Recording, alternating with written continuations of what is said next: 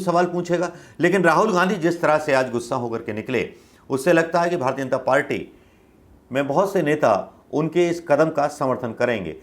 आगे बढ़ते हुए शंखनाद में इस वक्त की बड़ी खबर का हम रुख करेंगे। संसदीय रक्षा कमेटी की बैठक से राहुल गांधी और कांग्रेसी सांसदों ने वॉकआउट कर दिया है।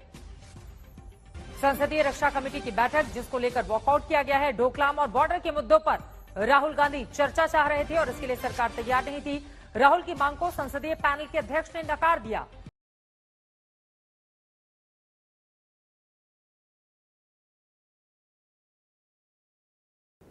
दोस्तों नमस्कार, मैं मनोज कुमार शर्मा एक बार फिर आपके बीच में आजाद हिंद आवाज न्यूज के लिए लेकर के एक ऐसी खबर जो आपके बह रहे नसों में खून की रवानगी को थोड़ा तेज कर देगी, खून को खौला देगी। उस गद्दारी को सुन करके जो गद्दारी हिंदुस्तान के साथ की है और उसने की है जिसका नाम है सरकार। जी हां, देश की सीमाओं पर यह सब कुछ हुआ और लोग जो थे हाथ पर हाथ बांध करके देखते रहे। वो मीडिया देखता रहा जिस मीडिया पर जिम्मेदारी थी देश की सरहदों की रक्षा की। वो सरकार देखती रही जिस पर जिम्मेदारी थी देश की सरहदों की रक्षा की। लेकिन हुआ क्या? हुआ तो कुछ नहीं। चीन के बारे में जो भी रिपोर्ट आती थी बस दबा दी जाती थी। चीन में हमले होते थे, सैनिक मारे जाते थे, उनके बारे में कोई चर्चा आम नहीं होती थी, क्योंकि मीडिया को मौतों पर सियासत करना और सरकार को मौतों पर सियासत करना और उस पर रोटी सेकना अपने एडवर्टाइजमेंट की बहुत अच्छी तरह से आता है। तो हमने सोचा कि आज खबर एक ऐसी आई है जिसने मीडिया के पिछवाड़े में बत्ती सेक दी है, एक आग लगा दी है, बारूद लगा दिया है। अब उस बारूद की, शब्दों के बारूद की मैं अब बानगी क्या कहूं दोस्तों। यह वही मुद्दा है डोकलाम से जुड़ा हुआ, चीन से जुड़ा हुआ, जिस चीन के साथ गलवैयां और झूला झूलता था वो आदमी जो अपने आप को चौकीदार कहता था।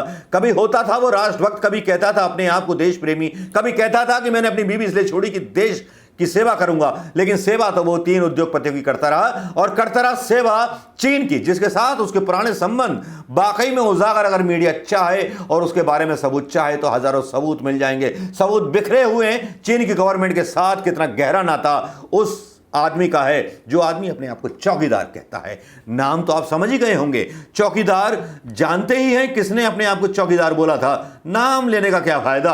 लेकिन आज एक ऐसी घटना हुई, एक ऐसी घटना जिसने सरकार के चेहरे से नकाब उतार दिया, सरकार के स्पीकर को निरुत्तर कर दिया, पूरी भारतीय जनता पार्टी की सरकार को, मंत्रिमंडल को पिछवाड़े पर जो था ढकेल दिया, पीछे ढकेल दिया। जी हां, डिफेंस कमेटी की एक मीटिंग थी जिसमें एक शेर, एक शहीद प्रधानमंत्री का बेटा, एक शहीद दादी का बेटा राहुल गांधी, जी हां राहुल गांधी, वही राहुल गांधी जिसकी बातों का वैसे तो कोई असर पड़ता नहीं भारतीय जनता पार्टी के ऊपर, लेकिन अगर एक भी बयान आ जाए तो फिर हंगामा मच जाता है पूरे मंत्रिमंडल में। लगता है जैसे प्रधानमंत्री मोदी नहीं राहुल गांधी हैं।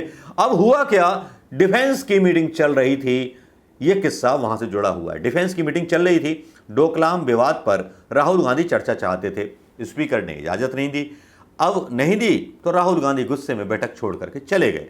राहुल गांधी चीन पर चर्चा को लेकर लगातार दूसरी बार डिफेंस कमेटी की बैठक को बीच में छोड़कर चले गए। इससे पहले वे दिसंबर 2020 में भी मीटिंग का वॉकआउट कर चुके हैं। एक तरफ जहां ये कहते हैं बीजेपी के लोग कि कांग्रेस को चीन से बड़ा चंदा मिला है, लेकिन चीन पर डोकलाम के कब्जे को लेकर के ये नेता चर्चा नहीं करना चाहते। बना दिया है क्या चीन ने, या चीन से डरते हो? यार बता दो ना यार, कुछ हमें भी राज की बात पता चल जाए। अब राहुल गांधी ने ये चर्चा क्यों छोड़ी, किस लिए छोड़ी, इसके बारे में हम थोड़ा सा आपको खबर पढ़ करके बताना चाहेंगे साहब। 19 जुलाई से शुरू होने वाले संसद के मानसून सत्र से पहले रक्षा मामलों की संसदीय समिति की बुधवार को ही बैठक में घमासान हो गया। बुधवार आज ही है ना? हाँ जी, मतलब खबर आप बृहस्पतिवार को देखेंगे। राहुल गांधी समेत कांग्रेस के कई सांसद बीच में ही मीटिंग छोड़ करके बाहर निकल गए। कांग्रेस सांसद पिछले साल लद्दाख में डोकलाम में हुई घटना को लेकर के चर्चा करना चाहते थे, जबकि कमेटी के चेयरमैन इसके पक्ष में नहीं थे। इसके विरोध में कांग्रेस के नेताओं ने बैठक से बहिष्कार कर दिया।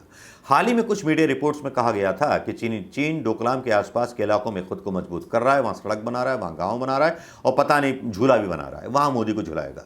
ऐसे में कांग्रेस चाहती थी कि डिफेंस कमेटी विस्तार से इस पर चर्चा करे।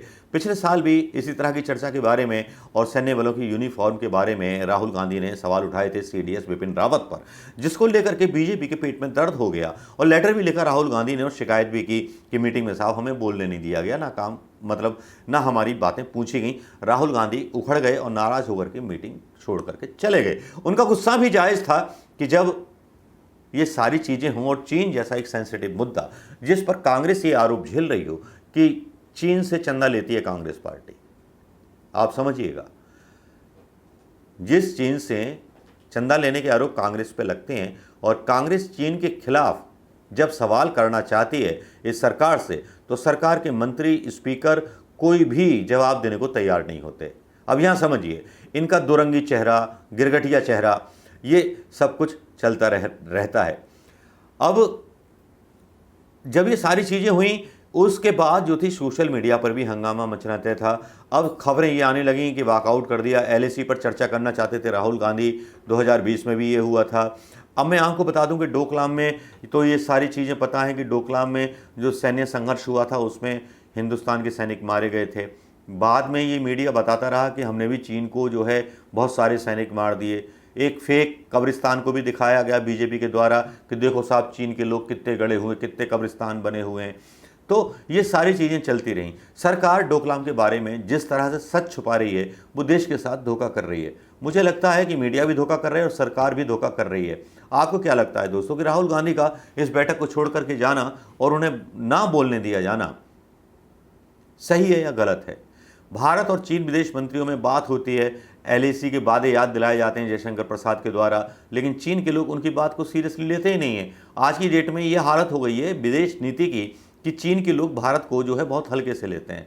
एक ज़माना था कि चीन के लोगों की फटती थी भारत से, यूपीए के ज़माने में। अब जो है भारत की मुझे लगता है साहिब की फटती है चीन से। अब दोस्तों आप बताइए कि अगर डोकलाम पर चर्चा हो जाती और सरकार सही सही जवाब दे जाती या दे देती या विपक्ष को भी अपने साथ ले लेती तो उसमें क्या जाता था? कौन सी बेइज्जती हो रही थी? भाई रहते तो 135 करोड़ हिंदुस्तानी विपक्ष के लोग हों, वो भी तो हिंदुस्तानी हैं और वो भी इस देश में रहने वाले हैं, और भाई जो सरकार में वो भी इस देश में रहने वाले हैं। अगर हमारी ज़मीन पे कब्जा किया है चीन ने तो ये गलत बात है ना। अब विपक्ष इस पर सवाल उठा रहा है तो उसकी सफाई दे करके जवाब देना चाहिए, लेकिन मंत्री तो जवाब देते नहीं है। किसके डर से जवाब नहीं देते? अनिल अंबानी का क्या नाता है? अनिल अंबानी ने और अदानी ने वहाँ पे क्यों पावर हाउस बनाए हुए हैं चीन की ज़मीन पर? वहाँ पर क्यों कॉलोनियाँ बसाई गई हैं? क्या इस बारे में कोई जवाब देगा? क्या मीडिया कोई इस बारे में सवाल चलाएगा? मुझे तो लगता नहीं कि कोई सवाल पूछेगा। लेकिन राहुल गांधी जिस तरह से आज गुस्सा होकर के निकले, उससे लगता है कि भारतीय जनता पार्टी में बहुत से नेता उनके इस कदम का समर्थन करेंगे, क्योंकि समर्थन की आवाज़ और गूंज अब उठने लगी है। मोदी के खिलाफ भी कुछ बिखराव होने लगा है सरकार के अंदर ही अंदर। कुछ ना कुछ तो चल रहा है जिसकी बस आवाज़ आ रही है, बस विस्फोट होना बाकी है। जिस दिन ज्वालामुखी फटेगा, आज राहुल गांधी का ज्वालामुखी फटा है, कल को हो सकता है बीजेपी का ज्वालामुखी फट जाए। दोस्तों नमस्कार, जय हिंद। मैं मनोज कुमार शर्मा आता रहूँगा आपके बीच लेकर के आपके दिल की बात, राहुल की बात।